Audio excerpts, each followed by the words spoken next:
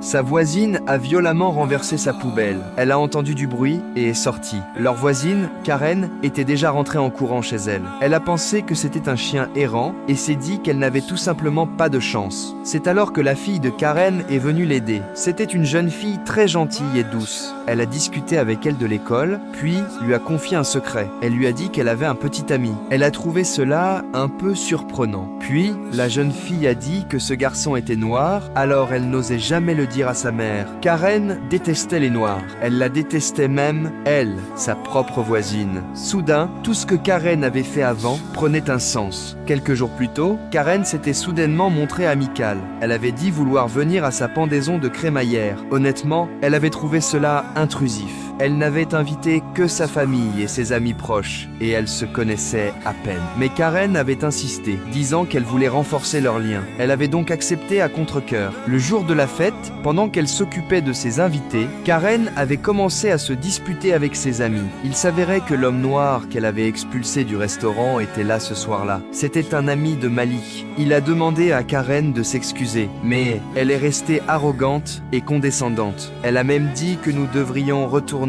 dans nos pays d'origine.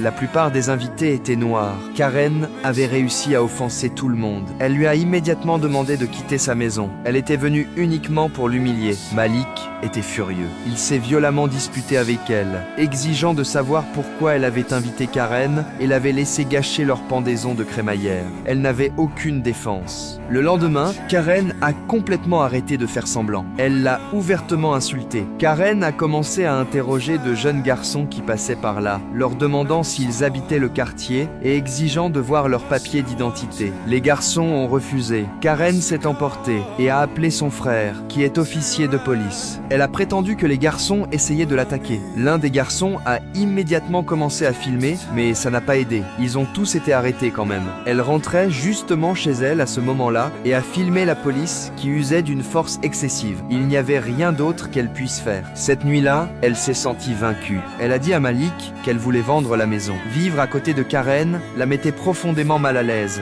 mais il a refusé catégoriquement. Ils avaient trop travaillé dur pour posséder cette maison. Elle a laissé tomber le sujet. Puis, les choses ont changé rapidement. Karen a été exclue de l'association des propriétaires. Le père de l'un des garçons arrêtés était un avocat renommé spécialisé dans les droits civiques. Il a poursuivi Karen et son frère, affirmant que son enfant avait été traité injustement. Toutes les images de cette journée ont été exposées en ligne. Cette fois, Karen était finie.